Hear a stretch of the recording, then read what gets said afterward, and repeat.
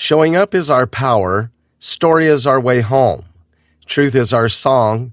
We are the brave and brokenhearted. We are rising strong. The very last word of Rising Strong's very last chapter are simple, yet perfectly capture what the process and practice strive to impart to its readers. The concepts of truth, story, bravery, heartbreak, showing up, falling, and ultimately rising are the very core of what the process teaches the people who daringly walk into it. One of the biggest functions of Brené Brown's Rising Strong was to put language around the abstractness of vulnerability, failure, and overcoming by presenting new keywords, tools, and strategies to talk about them. These include the emergence of SFD, sorry first draft, the Delta, the Rumble, and the story I'm making up, all of which are discussed thoroughly throughout the chapters of the book. What makes this new language so powerful is that it helps the Rising Strong process seep solely into each reader's daily life. Upon finishing this book, readers should expect to find themselves thinking twice about responding negatively to a negative comment because they now recognize they are making a decision while still under the rock of their own shame.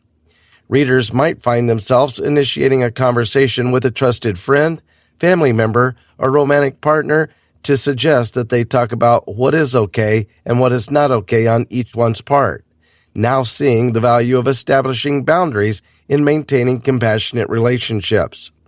And most of all, readers will certainly catch themselves thinking about their own stories of shame, hurt, and failure, studying how they worked through it before, and see how they can rise stronger the next time around using the new tools they've acquired.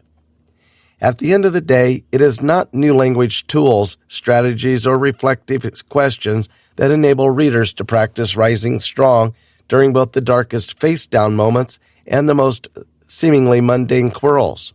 Reading and learning about rising strong invites people to take a long, hard look at their own lives, their experiences, their values, and their relationships, and see how they can live more vulnerably, more courageously, more compassionately, and more wholeheartedly. Rising Strong is a testament to how the processes people have been employing for so long can be altered and how practices people think that are too late to pick up can begin at any point. Brown is being truthful when she points out there is so much more to learn about the way people live their lives and that there is even more to be learned about how people can change the way they live it from the inside out. Most importantly, the author delves deep into empirical data, her own research, stories from across the world, and her own experiences to show that people have so much to learn from each other. Truth and dare. The author shares with her readers what she means by the phrase rising strong. Her definition is the end product of what friends, colleagues, research participants, and letters from fans and supporters have taught her about being vulnerable, or as she puts it, showing up and being seen, being daring, experiencing failure, and ultimately getting back up again. The author writes about the past years she has spent interacting with strong and daring individuals from all walks of lives. Among them, teachers, married couples, and clergymen and women. Her observations from these interactions led her to find what quality all these people shared that gave them such strength and came upon the answers soon enough. These people embraced emotion and embraced just as much the discomfort it brings with it. Through the research she has conducted and experiences she has drawn from in her previous books, the author has already learned a good deal about the process of surviving hurt and failure. She writes about learning that throughout the whole journey, from being vulnerable to experiencing failure, people are pushed by their desire to live a wholehearted life. She defines a wholehearted life as one wherein a person acknowledges the inherence of their self-worth no matter what, wherein a person believes they are enough despite their fears and shortcomings. The author believes that vulnerability is at the core of living a wholehearted life. With this, the author re-emphasizes that people who embrace vulnerability are bound to experience failure at one point. She quotes Theodore Roosevelt's speech about the man in the arena, whose face, dirty with blood and sweat, who dares greatly despite the uncertainty of triumph or failure. While this image could easily be seen solely as that of one who gets back up after a fall, the author decides to zoom in on that fraction of a moment, the space that divides the fall and the rise, and writes about the magnitude and heaviness of this moment in real life. She writes, "My goal for this book is to slow down the falling and rising processes, to bring into our awareness all the choices that unfurl in front of us during those moments of discomfort and hurt, and to explore the consequences of those choices." Still writing about the importance of this between moment, the author talks about the dangers brought forth by the lack of honest conversation about the hurt, darkness, and exhaustion lying between failure and triumph. The author defines gold-plating grit as the tendency of people to frame the failure to success story as squeaky clean, subtracting the lowest lows and darkest moments because they too find it hard to revisit or admit that they had to go through these things before getting to where they wanted to be. The author strongly believes that failure should never be separate from the emotional damage it can inflict on a person because in the process it removes from the story the grit and resilience needed to overcome this. As an example of how the acknowledgement of failure and hardship could change how people viewed the term failure, the author shares the story of how a company called Engineers Without Borders came up with a fully published failure report documenting instances of every time their efforts have failed in the past year. Before participants in a failure conference were shown this report, they associated failure with words like shame and heartbreak, but described the report as helpful and brave. The physics of vulnerability. True to its title, this first chapter consists of a series of immovable truths that have been learned through years of observation and experimentation. The author lists down tenets or basic truths about vulnerability, bravery, failure, and overcoming. Her basic laws of emotional physics are the following. 1.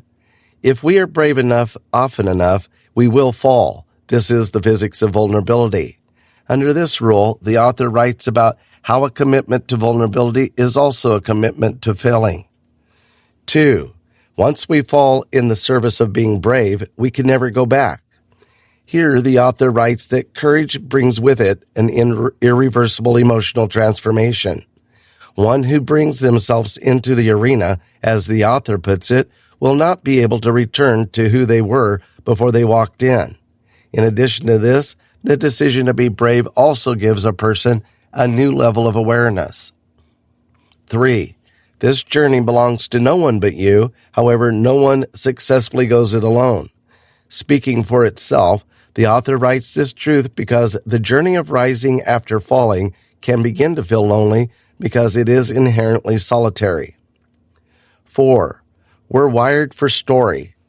The author writes that the reason why people become less afraid to share stories of struggle, no matter how emotional taxing it can get, is because people are storytellers by nature.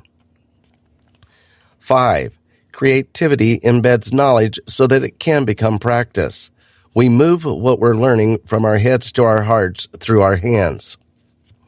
Here the author writes about another trait that is part of human nature, the desire to make or create. Fellow creative she had met over the years had showed her how creativity can help convert the knowledge one has into something one can apply in real life. 6. Rising strong is the same process whether you're navigating personal or professional struggles. Under this rule, the author tackles the assumption that struggles in the personal realm should be treated differently than struggles at work.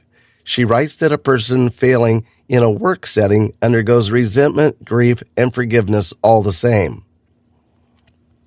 7. Comparative suffering is a function of fear and scarcity. Here, the author forms a response to a question struggling people often ask themselves, the question of whether or not their struggle is valid. She writes that the practice of viewing one's struggle as less or more than that of another person or group is unreasonable because it is only based on the assumption that empathy, compassion, and love are rationed. Having said this, the author invites her readers to recognize and respect the struggles of everyone who is struggling, writing, "Hurt is hurt, and every time we honor our own struggle and the struggles of others by responding with empathy and compassion, the healing that results affects all of us. 8. You can't engineer an emotional, vulnerable, and courageous process into an easy one-size-fits-all formula. It is under this truth where the author stresses that rising strong is not a quick solution or pain or failure. Instead, it can be described as a data center theory or a map of patterns. 9. Courage is contagious. Speaking for itself, the author writes that the transformative power of courage stretches beyond oneself and towards fellow souls, often silently. The author includes under this truth a quote from Franciscan friar Richard Rohr about what happens after one decides to be courageous. Life is not about you henceforward, but you are about life. 10. Rising strong is a spiritual practice. In this final truth, the author writes about the concept of spirituality. Contrary to popular assumption, spirituality is not synonymous to religion, but rather is simply the recognition of the connectedness of people at the hands of a higher power and the celebration of this spiritual place as one of love and belonging. Finally, she writes that rising strong is grounded in spirituality as well, because rising would not be possible without understanding connection, perspective, meaning, and purpose. Civilization stops at the waterline. This second chapter is anchored on a place called Lake Travis, wherein the author has lived out some of the happiest and soon the most life-changing moments of her life. She begins the chapter by painting the images of the lake during her childhood, as well as the people who lived around it. She writes of card playing, baking, firefly catching, and fishing on the lake, all testaments to the magic she felt when she was in it. Because Lake Travis was such a special place for her, the author, her husband, and their kids decided to spend a 2-week vacation there. She and her husband, Steve, who first met because they were both avid swimmers, promised they would swim across the lake every morning for the duration of the vacation. The author had been excited for the swim because it would be the first time they would swim together after a long time, and even brought a new swimsuit for the occasion. Once the author and her husband were in the lake, the author felt overwhelmed by the enchantment of the place and told her husband how glad she was that they were doing this together. Her heartfelt reaching out was met by a half-hearted nod in agreement from her husband, who quickly swam back before she could even respond. After much consideration, she decided to try again and told her husband how close she felt to him at the moment, in which he replied, "Yep, good swim."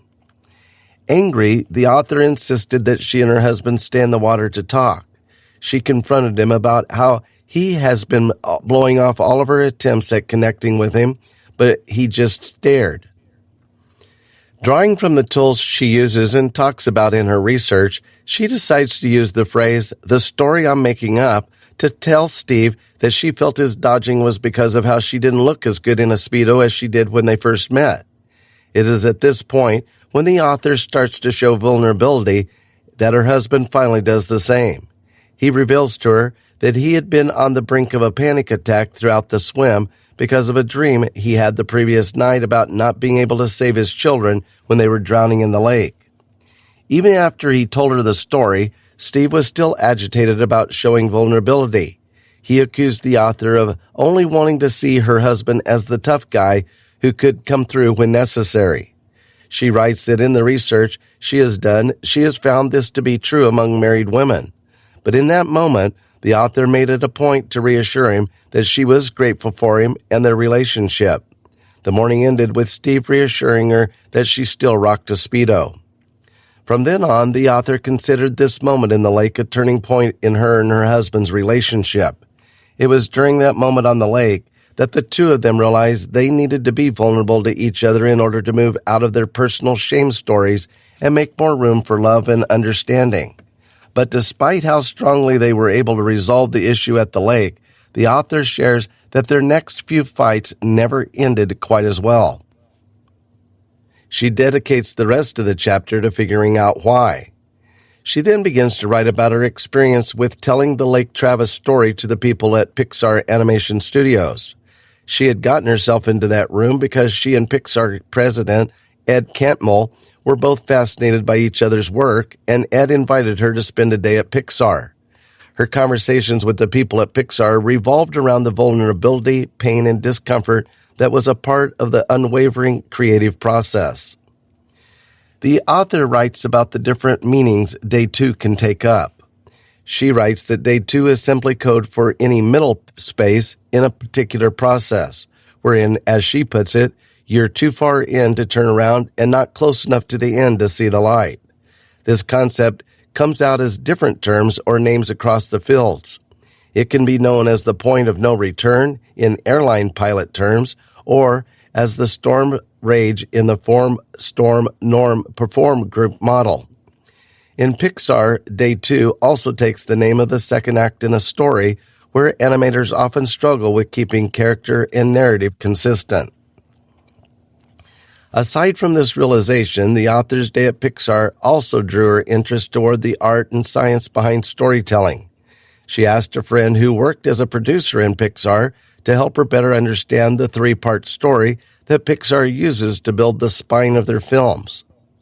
The friend explains each act. First, the protagonist accepts the adventure he is called to. Second, he attempts to solve the arisen problem in the most comfortable ways possible, but soon realizes he must get to the lowest of the low in order to resolve it at last. Third, the protagonist experiences redemption. The author quickly sees the similarities of this story to Joseph Campbell's Here Story and led her to apply what she had learned about storytelling in her everyday experiences. She decided to map out the story of her and her husband in Lake Travis and soon realizes that while she has analyzed the beginning and end parts thoroughly, or particularly the beginning of the problem and their resolution at the end, she never fleshed out the swim back or what happens in the middle. She then recalls all the confusion, anxiety, anger, hurt, vulnerability, and shame she felt during the swim back, mapping it out in a numbered list as well. Towards the end of the chapter, the author goes back to the 3-part story her friend had shown her, this time focusing on Act 2. During that morning on the lake, she and her husband only triumphed after they stopped trying to solve the problem through comfortable means and instead gave in to their own truths. Owning our stories. The author dedicates this chapter to giving more insight on the rising strong process, specifically on the reckoning, rumble, and revolution that one must traverse through. Before this, however, she writes about how owning one's story of hurt and failure, despite all difficulty, is the only way these stories will not define one's life moving forward. At the end of the day, owning one's story encourages one to pursue a wholehearted life. She then delves into the 3 main stages in the rising strong process: the reckoning, the rumble, and the revolution. The reckoning. The author writes that the first step in owning one's story is to recognize the emotions they are feeling in a particular moment. Once a person realizes that they are feeling something they are not used to feeling, they begin to reckon with their emotions or get curious about where these emotions might have stemmed from. The rumble. The author takes the word rumble to mean the period wherein a person truly faces their stories of hurt, challenges them, and really tries to understand how these stories tie into the feelings attached to them. The rumble is a period of deeper awareness about one's own thoughts, behaviors, and emotions, and is ultimately where the growth begins. The revolution. Speaking for itself, the revolution stage is one where a person allows what they have learned from their stories to transform them. This transformation doesn't only stop within oneself, but rather extends towards the way one engages with the world from then on. Having said this, the author ties these 3 stages to a single word: integrating. From its root meaning, to make whole, the author writes that integrating, or wanting to live a whole, authentic life, is the driving force of all 3 stages. And while wanting integration is the push one needs to own his or her story, creativity is the driving force of integration. In order to explain this thought, the author shares part of the quote from Steve Jobs: "Creativity is just connecting things." The author writes that connecting the dots between different experiences and allowing these connections to make or synthesize new meanings about oneself is what makes creativity an effective tool for integration. Creativity allows people to learn more about themselves, about the world, and about how they fit into each other. Most importantly, creativity requires one to pay attention to their own stories and experiences. The connections made during this practice are necessary for integration. Finally, the author reiterates the importance of owning one's stories in order to live a wholehearted, integrated life. She writes that owning one's stories means owning each and every story, including and especially the falls. The Reckoning. In this chapter, the author delves deeper into the first stages of the Rising Strong process. She guides her readers through the process of first recognizing these emotions, dealing with the discomfort that comes with them, and eventually knowing and understanding enough about one's emotions to get curious about them, but at the same time, facing the vulnerability that serves as a function of curiosity. She writes about how learning more about her emotions changed the lives of her and her family, and towards the end of the chapter, writes about certain barriers that prevent reckoning, as well as strategies for overcoming these. The author begins this chapter by recognizing a person who has failed or is hurting as a hero. She writes that while heroes spend most of their journey skirting around their stories, finding comfortable ways to get past them, they will eventually have to walk straight through into their story, even if it is dark and uncomfortable. She then continues to write more about the word reckoning itself, associating it with the navigation term dead reckoning, which means calculating an exact location. Dead reckoning is key if navigators want to figure out where they should go next. It is the same with the Rising Strong process, she writes, as one would also need to figure out where he or she currently is, get curious as to why and how one got there, and finally decide where to go forward. The author shares with the readers the root definition of reckoning, which is to narrate or make an account of something. She writes that the Rising Strong reckoning is also about making an account, but that the narration of emotions comes in two parts. First, engaging with these emotions, and second, getting curious about the story behind these. This sequence is one that consistently appears throughout the chapter. The author stresses that getting curious about one's emotions is not as easy as it may seem.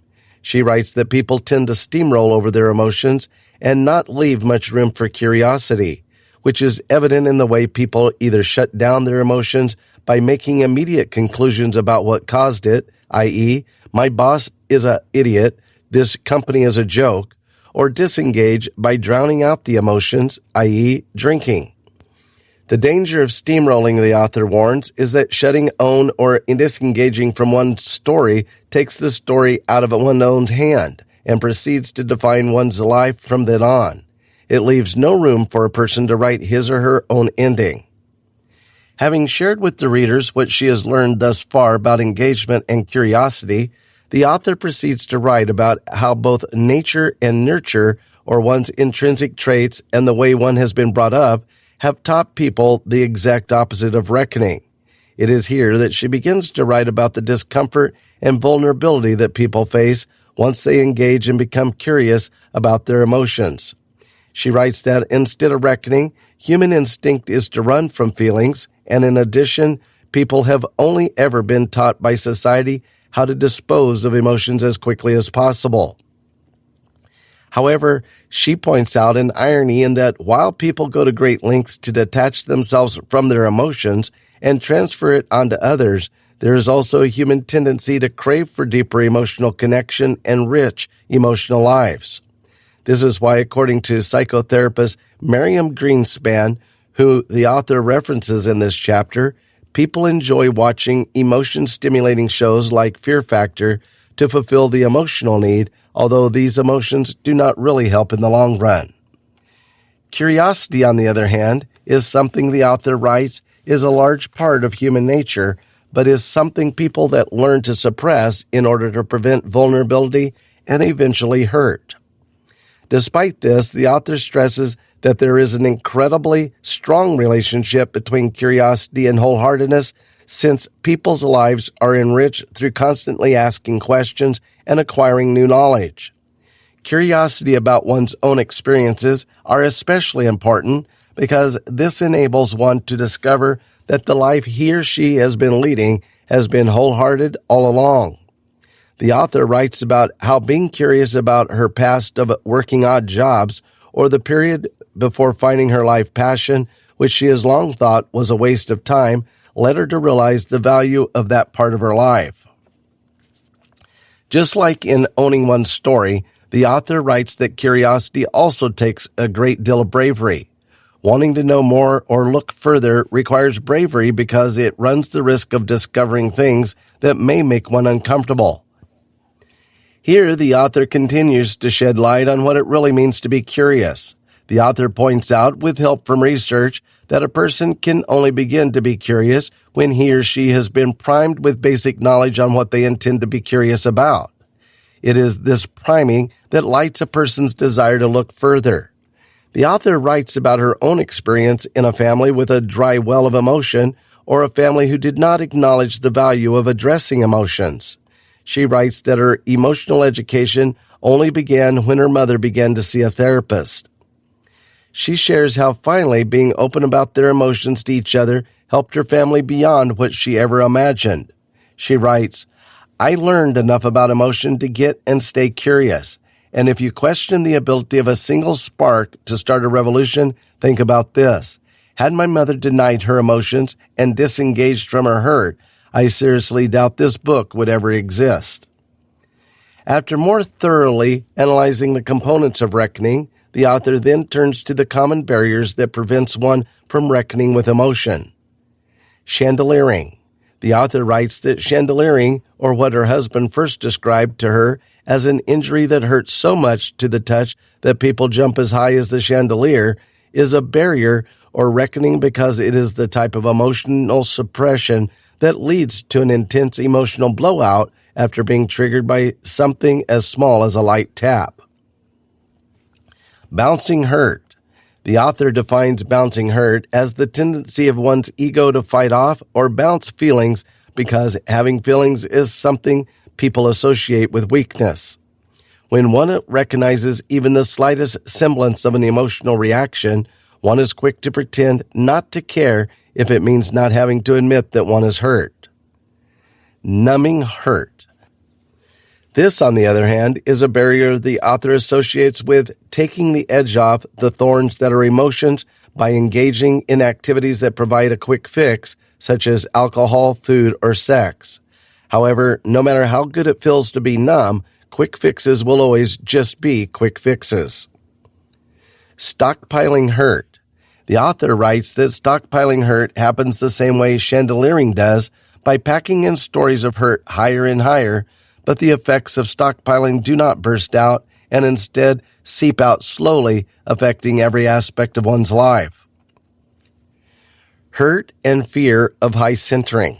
The author uses the driving term high-centered to pertain to how recognizing emotions like hurt, fear, and anger often lead to a person feeling stuck.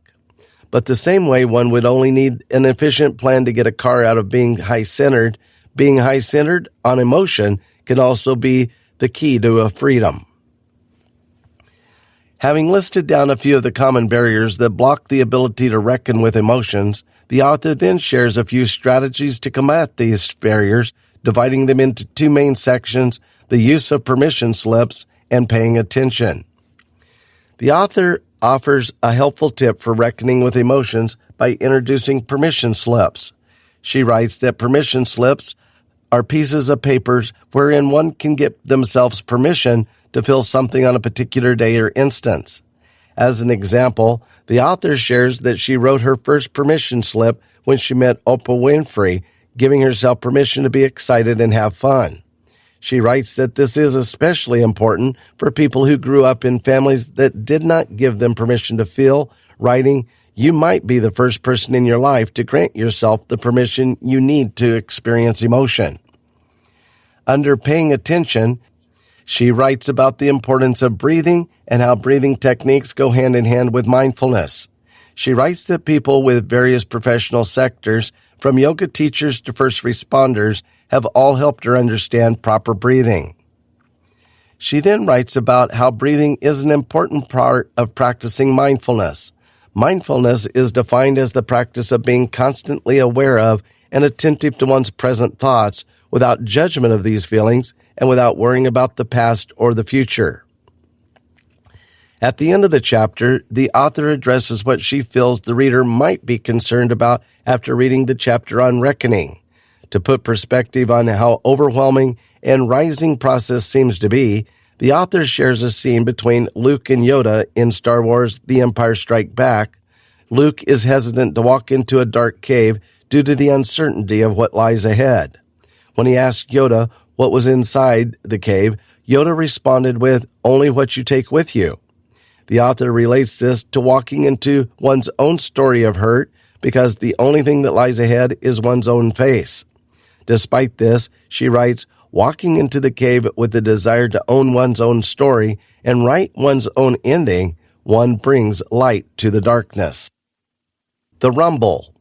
Having written about the first stage of the rising strong process in the previous chapter, the author dedicates this chapter to the second stage, which she calls the rumble. Here, she writes about how honest one must be about one's own stories in order to get better at rumbling with stories, emotions, and other topics such as shame, blame, heartbreak, and forgiveness. As she mentioned in previous chapters, the rumble stage is the period of deeper understanding that comes after recognizing or acknowledging one's emotions. The rumble stage is where the change begins. The author begins with the chapter by writing about what normally happens when people experience failure, hurt, or struggle, or when one finds themselves face down in the arena. She writes that people immediately try to create a story about what happened and why it did, one that immediately makes sense. This practice of making up stories and accepting them as truth without giving further thought, she writes, happens due to an absence of data. Instead of this, the author suggests pondering over 3 questions before forming a story in one's head.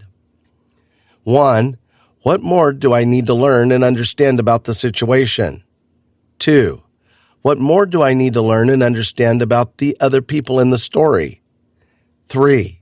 What more do I need to learn and understand about myself? The author draws from psychological reasons to help her readers understand why it is so innate for humans to form incomplete stories in their heads and run with it. She cites the work of neurologist Robert Burton, who explains that making sense of patterns, or in this case, completing the beginning, middle, and end of a story, releases a shot of dopamine into people's brains. Thus, when people manage to form a story that makes sense, even though it isn't necessarily accurate, they begin to think it is real. The author writes that other terms for a story that is satisfying and certain, yet not necessarily true, are conspiracies and confabulations. She cites Jonathan Gottschall's book, The Storytelling Animal, which proved the human tendency to confabulate in everyday situations by conducting an experiment on shoppers who try to reason out why they picked a particular pair of socks out of 8 identical pairs. The shoppers insisted on there being a rational basis for their decision when there really wasn't any. She expresses that while all conspiracies and confabulations are dangerous to some extent, the most costly made-up stories are ones that make one think less of 3 things: their lovability, divinity, and creativity.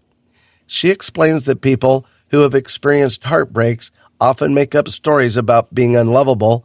People who were uncomfortable in the religions or church communities they were born into made up stories about their shamefulness, and people whose creative outputs were put down heartlessly made up stories about their self-worth as an artist and person.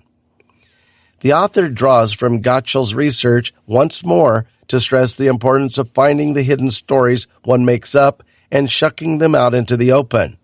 She points out that conspiracies are created and remain in the mind as well, and that these stories slowly begin to change how one views oneself and others forever. She writes that the key to exposing these hidden stories is simple. One must capture them. In order to do this, the author calls forth once more the tools of creativity, or more specifically, the writing technique known as a sorry first draft, or SFD. She encourages readers and practitioners of the Rising Strong process to write down an SFD of their stories in any way that's convenient for them, be it regular journal entries or sticky notes. She notes the importance of writing in general in reckoning and rumbling with emotions. As she puts it, as you'll see, working through binding shame on paper is far less painful than working it out in person. She proceeds to lay down a few more important notes about writing an SFD. First, one must be unfiltered when writing one because authenticity is integral to the process of writing a new ending to one's own story. However, she reminds readers that an SFD is a place for personal understanding and growth, not to learn to be hateful towards other people. For storytelling that goes beyond paper, the author suggests using key phrases as tools for effectively conveying how one is feeling before the made-up story begins to damage relationships. One such key phrase is the story I'm making up. She writes that this is an incredible helpful phrase because it requires a person to understand what story they're making up in the first place before they voice it out to others. It also allows a person to speak openly or candidly and expect a less defensive response from the other person. In addition to the important notes mentioned earlier, the author warns readers about feeling the need to be certain about the parts of their story all the time. Trying to make sense of a particular aspect of the story that really does make sense is a confabulation in itself. Instead, the author suggests writing in question marks or admitting to not knowing in an SFD. Finally, the last learning point the author covers is what she entitles the delta. Delta is a letter in the Greek alphabet that is also used in mathematics as a symbol for difference. She writes about how this is where real growth and learning take place, in the delta between the stories one makes up and the truth one discovers through the process of rumbling. The story one makes up about his or her own experiences are dangerous for reasons explained previously, but what is dangerous is about rumbling is that it can often feel dark and overwhelming. It is at this point where the delta steps in. Deltas are where rivers meet the sea. The author writes, they're mushy, full of sediment, and forever changing. They are also rich and fertile areas of growth. In this sense, the delta is somewhat another stage in the rising strong process. One reckons, rumbles, and at the point of convergence, learns. Sewer rats and scofflaws. Rumbling with boundaries, integrity, and generosity. In this chapter, the author writes about a different kind of rumbling. She writes about how feelings of shame, resentment, and self-righteousness can be kept out of one's system of learning how to learn with boundaries, integrity, and generosity. The author takes the term in the chapter's title, sewer rat, from an animated movie called Flushed Away, wherein a fancy, uptight domestic rat's life is turned upside down by the arrival of a sewer rat from the toilet. She relates this setup to the self-righteousness she feels brewing within her at times, when she finds herself being quick to judge other people who do something she perceives as wrong. A large part of this chapter revolves around a single question, one with author's therapist presented to her when she felt resentment toward a particular person. Do you believe that people in general are doing the best they can? The author unpacks this question and recounts the events that led her to arrive at the answer. The author begins the chapter by telling the story of how she had reluctantly agreed to speak at an event for free and gave in to the company's condition that she had to share a room simply because she did not want to be thought of as difficult. Soon after, she chronicles a terrible experience with the roommate she was assigned to, who was unhygienic and smoked in a no-smoking area. The author immediately recognized what she was feeling as self-righteousness or believing herself to be better than her roommate because she followed rules and her roommate did not. Looking for a way to crawl out underneath the negative emotion, the author contacted her therapist. After a period of venting, her therapist asked her the question, "Do you think it's possible that your roommate was doing the best she could?" Initially, the author's answer to the question was a solid no, but she soon found herself asking a bank teller the same question after he dealt with an especially mean customer. The teller responded by pointing out that no one could truly know what other people are going through and continued to list down a few possible issues that the customer might have been going through. The teller told her that he believed the customer did what she did out of fear, and it was the best she could do with that fear holding her down. The author began asking different people the same question and paying attention to the emerging patterns among their answers. She noticed that among most of the people who answered yes, often accompanied their responses with phrases of uncertainty, such as, "I know it sounds naive," or "I know it sounds weird," while those who responded with no were adamant and passionate about their choice. She also noted that most of the people who responded with no were perfectionists by nature and held others to higher standards the same way they held themselves to higher standards. The people who answered yes, on the other hand, were closer to leading wholehearted lives. They were willing to be vulnerable and believed in their self-worth, as the author put it. Despite all this research, the author still couldn't convince herself that people in general were doing the best they could. That was until she asked a new friend the same question over dinner. When the friend had voiced out that mothers who didn't breastfeed for at least a year were lazy and not doing the best they could, she immediately felt like she was the sewer rat in that scenario, because she did the best she could to breastfeed her children, and that a disorder held her back from breastfeeding for a long period of time. After that dinner, she asked her husband the question. After thinking for quite a while, he had finally said, "I don't know. I really don't. All I know is that my life is better when I assume that people are doing their best. It keeps me out of judgment and lets me focus on what is and not what should or could be." After closing the topic on whether people do the best they can, to which the author's new answer is a well-thought-out yes, the author begins to talk about boundaries. She describes the boundaries of the compassionate people she has met over the years as well-defined and well-respected. She points out that believing that people are doing the best they can and not putting up with a lot of crap are not separate entities. They are both necessary for establishing well-defined and well-respected boundaries. She asks the readers this question: how can we expect people to put value on our work when we don't value ourselves enough to set and hold uncomfortable boundaries? Here, the author begins to talk about her experiences when asking the question of doing the best they can to different groups of people, but this time making them write down the name of someone they were judgmental of or felt resentment towards. Most of the people in the exercise would disagree because they would rather be released from the anger and resentment they felt than continue to serve someone who they believed were doing the best they can. Despite this, the author notes that going through the process of understanding the concepts of doing the best they can and boundaries brings about a much more hearty level of tired than holding in pain and resentment does. Having opened up on the topic of boundaries, the author delves deeper into the three concepts mentioned in the title: boundaries, integrity, generosity, and how they can all come together to help a person lead a wholehearted life. Before this, however, she continues to write about the question and exercise about people doing the best they can and the effects or aftermath of the realization. She writes that officers or organization leaders who were asked the question realized that they needed to help their struggling teammate or employee, not by continuing to push them for a position they were clearly not fit for, but by reassigning them to a task that was more aptly suited for them. The author points out that this kind of helping does not mean the officer doesn't believe in the person's ability to grow or improve.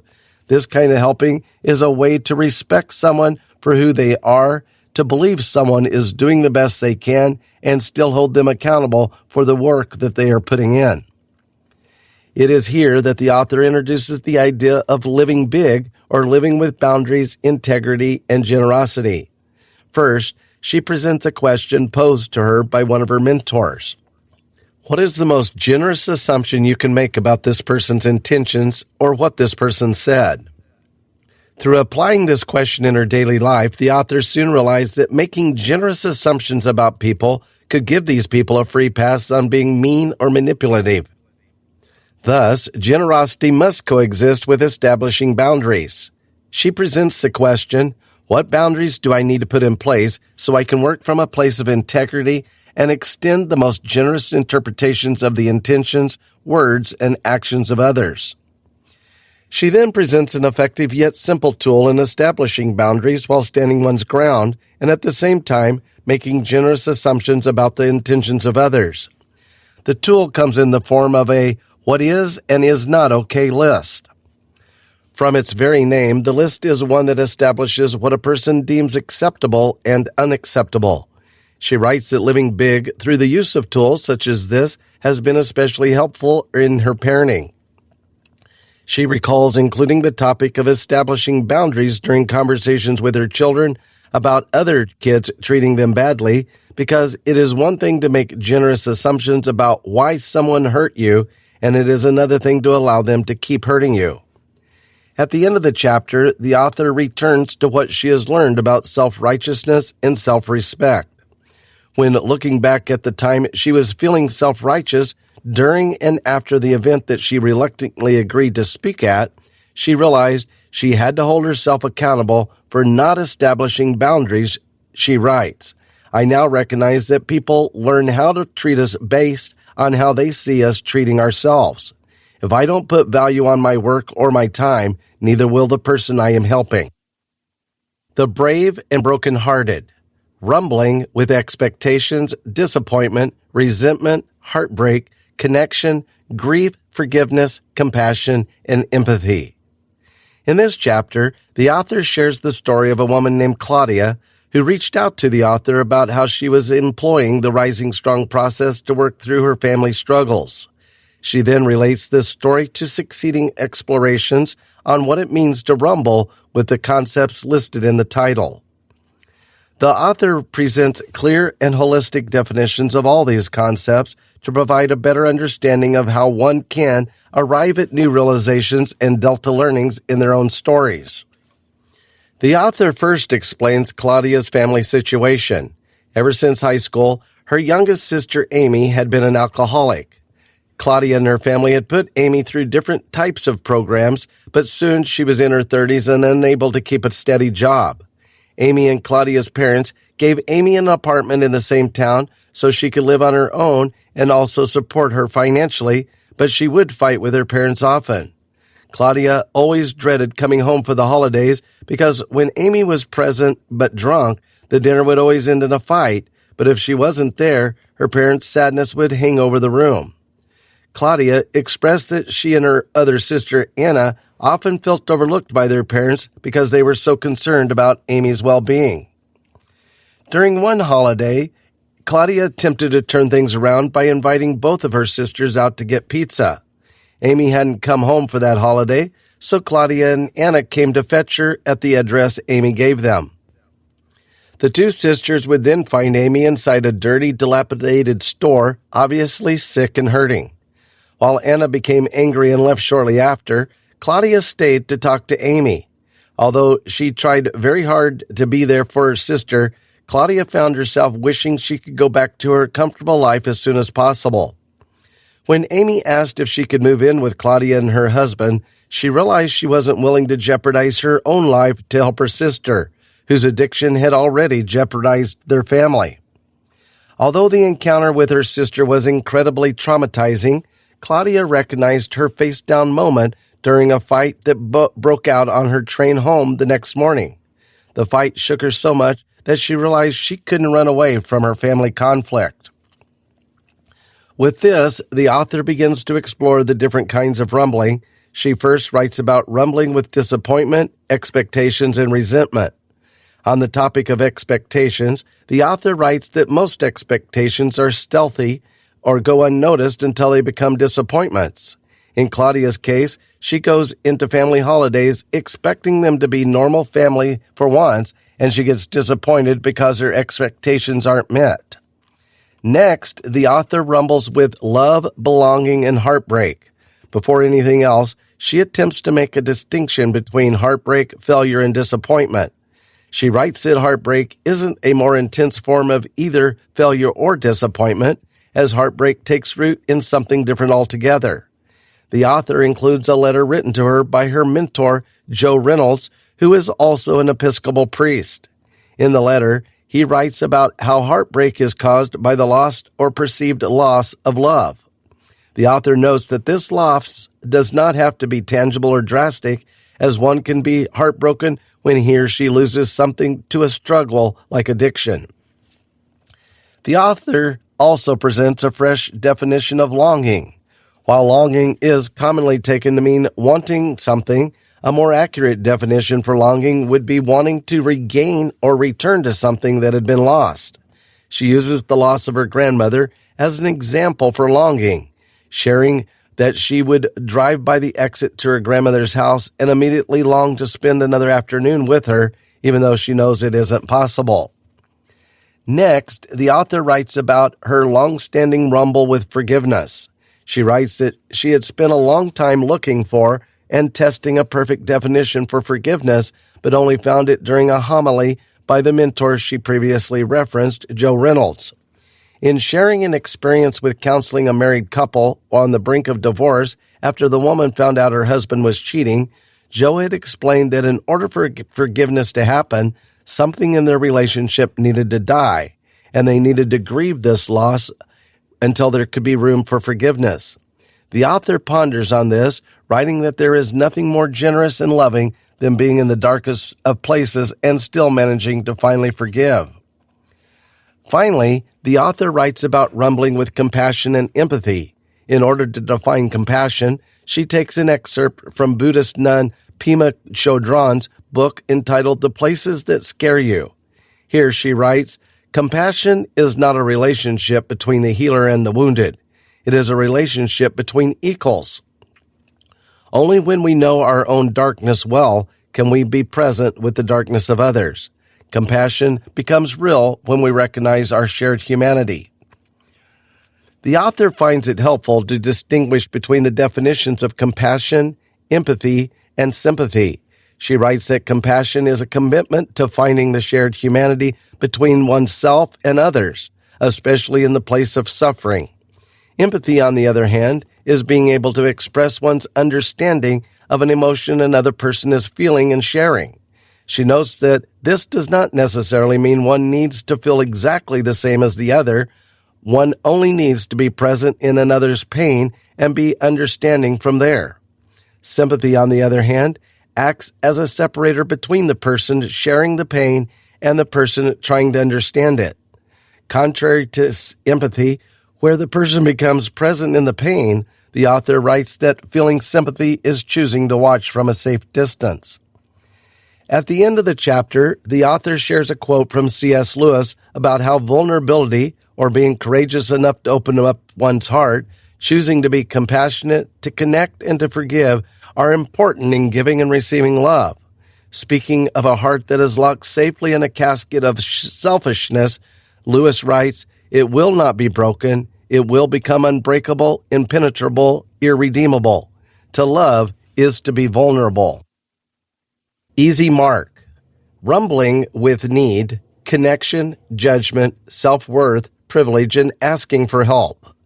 The author dedicates this chapter to shedding light on how important it is to give help and receive help at the same time. Pondering over why she always found it difficult to look homeless people in the eye, she shares numerous instances wherein she thought she could finally look if she compulsively helped more, but was made to realize she could only truly connect with people in need if she acknowledged that she needed help as well. She begins the chapter by recalling what Episcopal priest Father Murray Powell had said during a lecture she attended. "When you look away from a homeless person, you dismiss your humanity and your own." After being stumped on the reason why she could never look a homeless person in the eye, the author began to think that she was ashamed of the fact that she was not helping the homeless enough. She tried to be more charitable by deliberately stocking up food for the homeless in her car, but to no avail. Here, she shares another story involving her encounter with a homeless man in a food store. She recalls making brief eye contact with the man, but not smiling. Shortly after, the man dipped his hands into the containers of hot food and ran off. Because of the experience, the author started to think about whether she found it difficult to smile at the man because she was uncomfortable about her own privilege. The author realized that the next possibility when she received a phone call from her sister about how their mother passed out in the driveway. She and her family took their mother to the hospital, where they found out her heart had stopped and she needed surgery. As the oldest child, the author was accustomed to taking charge and being the helper, and so she immediately took action when they found out their mother would be extending her stay. When her mother came up with a list of things to do and acquire, she ended up claiming most of the tasks and dismissing the help of her other family members. Soon enough, after another encounter with a homeless man who played the piano at the hospital's lobby until a security guard would kick him out, the author opened up to her mother about her issue with not looking homeless people in the eye. Her mother then told her the story of how her mother, the author's grandmother, would serve meals to the hobos who would jump off the trains onto the tracks near their grandmother's old house.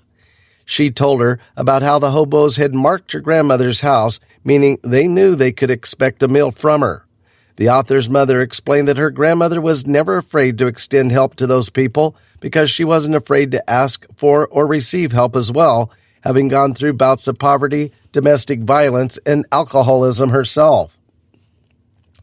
The author recalls her own experience with her grandmother, who was, at that point, suffering from dementia. After noticing that her grandmother hadn't been bathing, the author offered to give her a bath. What struck the author most about the experience was that her grandmother didn't fight or refuse her offer and instead let the author take her into the tub and bathe her. She writes, "Of course, the dementia made her less inhibited and her childlike at times, but it wasn't her failing mind that made her unashamed. It was her huge giving heart. She knew the truth. We don't all have to do all of it alone. We were never meant to." After the reckoning, she rumbled with shame, judgment, privilege, connection, need, fear, and self-worth, which all led to her realize that she looks away not because of guilt, but because of fear of needing help. She writes that she had been rumbling with the fear of needing help from her childhood to her young adult life and in the present. The key learnings she picked up during her rumble period helped combat the type of thinking she grew up with. Upon reaching the revolution stage, the author emphasizes the importance of asking for and receiving help in the rising strong process. She also relates it to settings such as the workplace and the family. Through conducting leadership seminars, the author found that leaders would always encourage their subordinates to ask for help when they needed it. At the end of the chapter, she returns to the title or phrase, easy mark. She writes that while being an easy mark is commonly associated with being a pushover, she takes it to mean that someone is marked for their courage and compassion. Her grandmother understood this, she writes. She understood that helping and asking for help was what really connected human beings. Composting failure. Rumbling with fear, shame, perfectionism, blame, accountability, trust, failure, and regret. Similar to Claudia's story in a previous chapter, this chapter is anchored on the story of an advertising agency leader named Andrew who reached out to the author after experiencing what he perceived as a failure in his work. She includes this story because it is a testament to how it is necessary to rumble with topics such as fear, shame, perfectionism, blame, accountability, trust, failure, and regret. The author delves deeper into each of these rumbling topics throughout the chapter. First, the author recounts the events in Andrew's story. Drawing from his own co-workers' comments and her own observations, Andrew is described as the type of person whose word is gold. He is well-liked and well-respected in his office due to his ability to keep things running smoothly and keep tension in the workplace under control. Andrew's story began with his company was offered to make an advertising pitch for an influential brand. While the rest of his company was ecstatic and jumped at the chance to start working, Andrew wasn't so quick to celebrate. He knew that his coworkers already had a lot on their plates and also received previous information that the brand who offered were going for being disrespectful toward their partners. Despite this, the excitement in the office was contagious, and Andrew assured the team that they could get it done. After putting in hours of hard work, dealing with several instances of conflict between the team members, and flying all the way over to the Midwest to meet with the client, The clients met Andrew and his teammates with snubbing and disrespect. After the meeting, Andrew immediately viewed himself as a failure and a screw-up. He had been cautious at the start, but in the end did not do enough to protect his team. Andrew then shared with the author that he felt as though he were stuck under a rock and that the author's work had helped him recognize that the rock he was under was shame. It also led him to find ways to get out of it. After opening up to a good friend about his story, he and his friend were able to deduce that Andrew felt this way because he was a perfectionist and couldn't forgive himself as easily as he forgave others. Then they decided that the next thing Andrew should do was to own his mistake in front of his team and figure out the next step together. Even when the team found out that their pitch had somehow made the final round, they unanimously decided to take themselves out of the running, refusing to tolerate how they'd been treated at the meeting. After that group decision, Andrews shared that morale in the office had skyrocketed. Everyone started treating each other with more respect and began to trust each other more. The author included a quote from Andrew: "We worked together, we fell together, we climbed up together. That changes people." After Andrew's face-down moment, and after he recognized the rock he was stuck under as shame, the author begins to relate Andrew's rumbling process to the different topics listed in the title. First, he writes about rumbling with shame and perfectionism. The author writes that shame and perfectionism go hand in hand and that neither is healthy or helpful. While feeling shame often causes people to lead with the phrase, "I am a failure," instead of "I failed," perfectionism thrives on the phrase, "What will people think?" instead of "I want to be my best self." For both shame and perfectionism, she suggests two counterintuitive strategies. First, to talk to oneself the same way one would talk to a loved one, and second, to reach out to a trusted individual. She stresses the importance of reaching out to another person when she writes that shame cannot survive the practice of sharing. When shame is addressed, one can begin to move on from it. Next, she writes about rumbling with blame and accountability. She writes that while a person's tendency is to blame someone else after experiencing a failure, it is even more dangerous when people blame themselves, such as Andrew did. While blame is unhealthy and damaging, accountability is something different altogether. She writes that while blame functions as a quick fix, accountability brings with it the desire to live out one's values consistently and with integrity. However, she warns that accountability requires much more courage than blame does, because in order to be accountable, one must present themselves as vulnerable. Following this, the author rumbles with trust. She cites learnings from Charles Feltman's Thin Book of Trust as a good definition for trust. Feltman explained that being specific about the ways in which another person breached one's trust is a better way of dealing with trust issues altogether. The author creates the acronym BRAVING in order to help her readers be more specific about pointing out a violation of trust, as well as questions for reflection that accompany them. Boundaries. Did I respect my own boundaries? Was I clear about what's okay and what's not okay? Reliability. Was I reliable? Did I do what I said I was going to do? Accountability. Did I hold myself accountable? Vault. Did I respect the vault, things kept confidential, and share appropriately? Integrity. Did I act from my integrity? Non-judgment. Did I ask for what I needed? Was I non-judgmental about needing help? Generosity. Was I generous towards myself? Next, the author writes about rumbling with failure. She first writes about the breadth of definitions the word failure can take up, and writes about how the word is thrown around.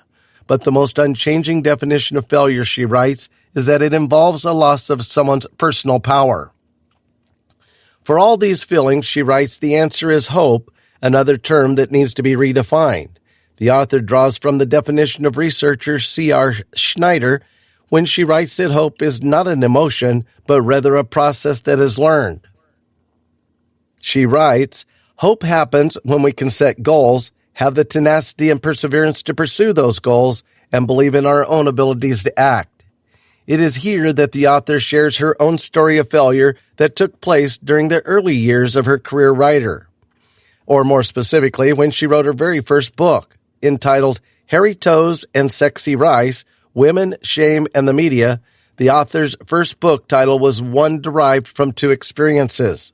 The first, as a teenager, feeling ashamed about her hairy toes and proceeding to wear closed shoes on every occasion, and the second, watching a commercial wherein a gorgeous couple fed rice to each other while having sex, which led her to feel conscious about her own body and life.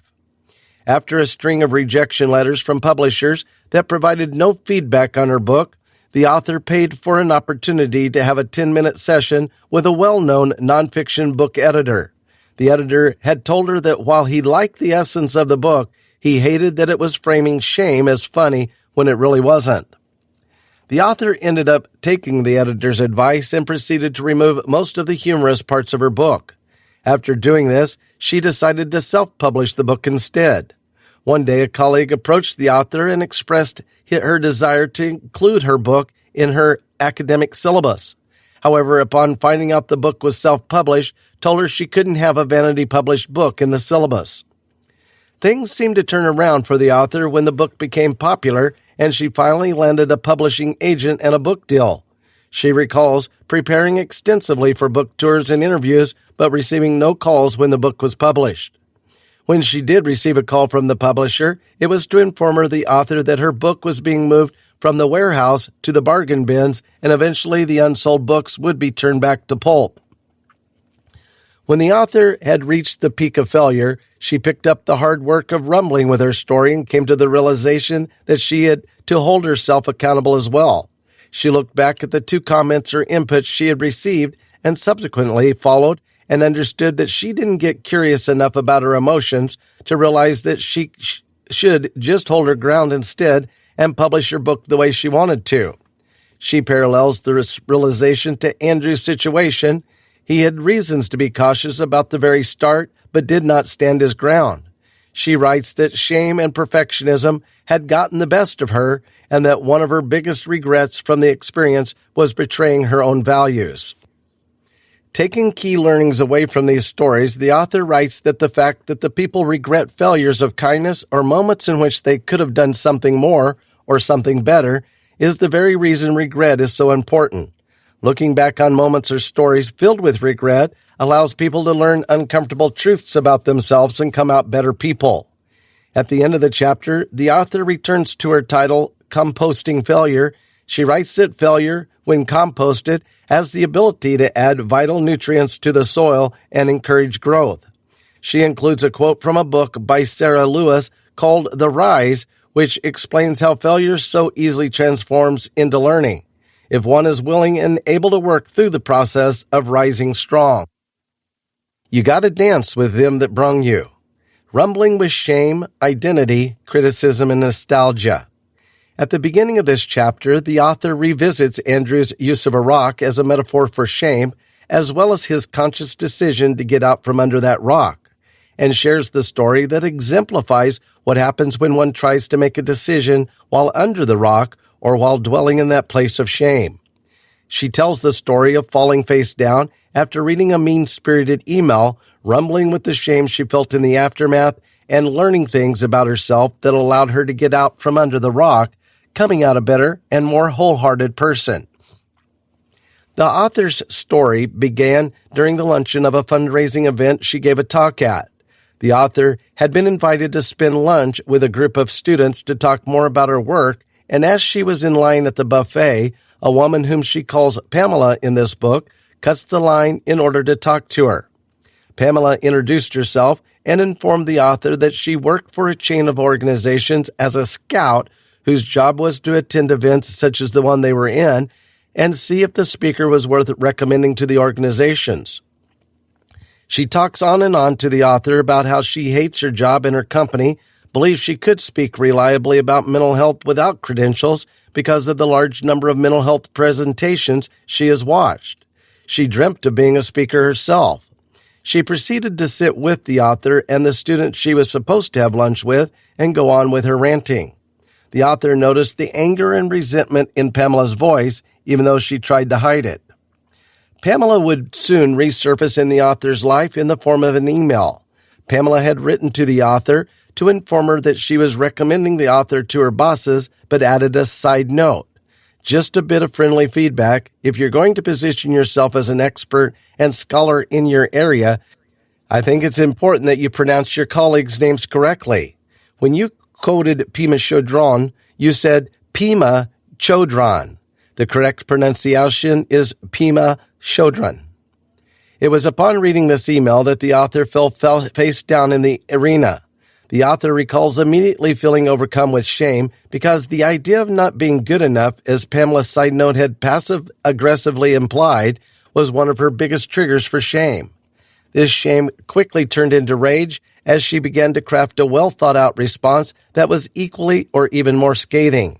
Once she finished the letter and was about to hit send, the author suddenly felt unsure about whether or not she should send it and decided to ask a few people for their opinion. While her friends agreed that Pamela was a pinch-faced, passive-aggressive wannabe, as the author put it, they advised her against sending the email to avoid further conflict or damage. Still uncertain, the author scheduled an appointment with her therapist, Diana. During their session, the author proudly read her would-be response aloud to Diana. The email was addressed to both Pamela and her boss, but when Diana asked her how she wanted Pamela to feel upon reading the email, the author slowly and painfully realized that the way she wanted Pamela to feel was the same way she felt when shame poured down on her the day she read Pamela's email to her. This realization required the author to address her shame or speak it out. The author recalls admitting that the email affected her greatly because she was deeply insecure about getting small details wrong. The author then begins to talk about where the deep insecurity of being seen as pretending to be smart comes from. She opens up the topic of how her shame came partly from when she was raised. She writes that no credentials behind her name would change the fact that she was a fifth-generation Texan with imperfect grammar and an ongoing struggle to police my long vowels and colloquialisms. The author talks about going through the process of rumbling through the Delta in order to identify key learnings in her story of shame. She writes about the four main elements she has found among people who display high levels of shame resilience, or people who deal with their shame well. She writes that these people understand their shame, recognize their triggers, reality check the messages that they feel fuel their shame, and are not afraid to use the word shame when sharing their stories. She writes how differently girls and boys are raised in Texan families. She writes that girls are expected to be tough and tender, but never at the same time. As children, they are taught how to shoot and spit, but as they grow older, are expected to be mild-mannered and silent for the most part. Boys, on the other hand, are taught that the older they get, the more their vulnerability will be seen as a weakness. In this way, she expresses gender politics affect both boys and girls. She writes that men are driven by the fear of being seen as weak, while women are driven by the fear of being seen as imperfect, high-maintenance, or hostile. Through the genogram, a tool used by social scientists to find out more about a person's relationship and family history, the author learned that most of her family members' outlaw struggles actually stemmed from problems with addiction and issues with mental health. Upon finding out more about her family's history that got left out of the stories, the author signed up for Alcoholics Anonymous and quit drinking and smoking for good. She writes that while the support group helped her, what she really wished she could attend was a Vulnerability Anonymous meeting. She writes, "Of all the things trauma takes away from us, the worst is our willingness or even our ability to be vulnerable. There's a reclaiming that has to happen." The author offers a solution to combating cheap seat criticism while at the same time embracing the Aristotle-type ones. She writes, "The solution is getting totally clear on the people whose opinions actually matter," proceeding to explain the process of writing down important people in one's life on a small piece of paper. The names on the square of paper should be the names of those who criticize in the name of love, support, and growth. Towards the end of the chapter, the author writes about the revolution stage of this story. She writes about the key learnings she picked up in the Delta, such as learning that she should redefine what her image of a smart person was. She should love who she is and where she comes from. The author ends the chapter with three quotes from two different people who have impacted her life greatly. The first, Carl Jung, who wrote, "Your vision will become clear only when you look into your own heart. Who looks outside dreams, who looks inside awakes." And the second, her father, who would often say, "You gotta dance with them that brung you." The revolution. The author writes about the final stage of the rising strong process, the revolution. She writes that the definition of the word revolution, in all its drasticness and drama, is the perfect fit for the magnitude of transformation that happens when one turns the rising strong process into a practice. The very idea that a person adapting the practice changes not only themselves but the people around them, the places they work and study, and their community as a whole makes rising strong worthy of being called a revolution. The author returns to the second stage of rising strong, the rumble, in order to present how the skill of rumbling with a story can impact the workplace, the home, and the community. Having written about how the rising strong practice can be applied with individuals working through personal struggles, the author shows how organizations and other teams can adapt the practice to maintain an open and safe environment, build strong relationships among members, and work through various conflicts. She uses her own company, The Daring Way, as an example of how rising strong can be integrated into a company's guiding principles, and how key concepts from rising strong, such as the story, the SFD, the delta, and the rumble, can make communicating about tasks and conflicts easier for everyone. She writes that the story rumble has helped her own company afloat despite a growing business's usual looming fears. She recalls a particular instance wherein a team member spoke up about how she felt when the project he was working on was skipped over during a meeting in order to demonstrate how efficient and valuable it is for a workplace to be open to each other about the stories each one is making up. Instead of the team member leaving the meeting confused or the incident causing damage in the future, it was resolved there and then. Next, the author writes about the story rumble at home. Here, the author writes about how the rising strong practice has revolutionized the way her family communicates and solves problems. She writes about how it is particularly important in communicating with one's children because children tend to make up stories in their head about being left out, treated unfairly, or not being trusted, which can compromise their relationship with their parents. Teaching children to share the stories they are making up opens a discussion that parents never even thought they needed to have. Finally, the author writes about story rumbling in communities. She shares how the practice has enabled her diverse classroom community to have a powerful discussion about issues such as race, gender, class, and sexual orientation. The practice gave her students an opportunity to rumble about stereotypes and overcome them, wherein students owned their stories about being stereotyped and sharing them with the class, which led to one revolution after another. She uses the example of her students rumbling with their stories to exemplify how the same practice can be used in much larger settings to achieve the same revolution. At the end of the chapter, she presents the Manifesto of the Brave and Brokenhearted, a series of lines written in verse that really encapsulates what Rising Strong is about.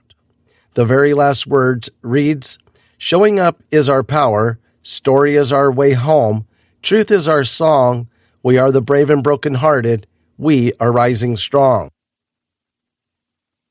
Nothing seems more befitting of a book about a fresh, holistic, definitive process such as Rising Strong than for the contents of the book to be the leading example of this process in action. From the start to the very end, Brené Brown's Rising Strong is an incredible testament to the strength and value of the process and practice it takes to share with the world. At its core, the Rising Strong process is made up of three main stages: the reckoning, the rumbling, and the revolution, or the periods wherein one recognizes their emotions after a moment of failure or shame, seeks to understand these emotions on a deeper level, and ultimately allows this new understanding to transform them from within. While the author establishes the definitions of these very early on and proceeds to discuss them thoroughly throughout the book, What helps readers fully grasp the complexity of these is the fact that with each story the author shares comes a comprehensive outline of this story in the lens of rising strong. She makes it a point to identify which parts of the story are under the reckoning, the rumble, and the revolution to show readers that any story can be an opportunity to rise strong. Once the reader and future practitioner takes the time to look at one's own story through rising strong, they will never look at their next stories the same way again. Furthermore, as though the author knew that the stories shared in the book would get readers thinking about some of their own, the author dedicates several chapters to exploring how the rumbling practice can be used to gain a better understanding of a broad span of topics, from shame and accountability to identity, expectations, and regret. Her choice allowed readers to get familiar with concepts they never realized were present in their own stories, and begin to look at these stories, both old and new, in a way that leaves room for compassion and forgiveness towards others and themselves. In so many ways, learning about, understanding, and eventually practicing the Rising Strong process is life-changing. As she writes in Exploration of the Revolution Stage, everything from deciding to live a more authentic life, making the decision to try to live wholeheartedly, choosing to release oneself from hate and resentment by learning how to listen to one's own story of shame and learning into vulnerability, and simply recognizing the desire to rise are revolutions in themselves. Rising strong becomes such a powerful form of revolution because it encapsulates all these things. Most importantly, the change that Rising Strong brings about is so powerful because it doesn't start and end inside oneself. The author stresses that a single person who decides to practice Rising Strong in their lives will unmistakably change the lives of the people around them, at home, at work, and in their community. As she says, Rising Strong is contagious. It begins with one, but it will change the world.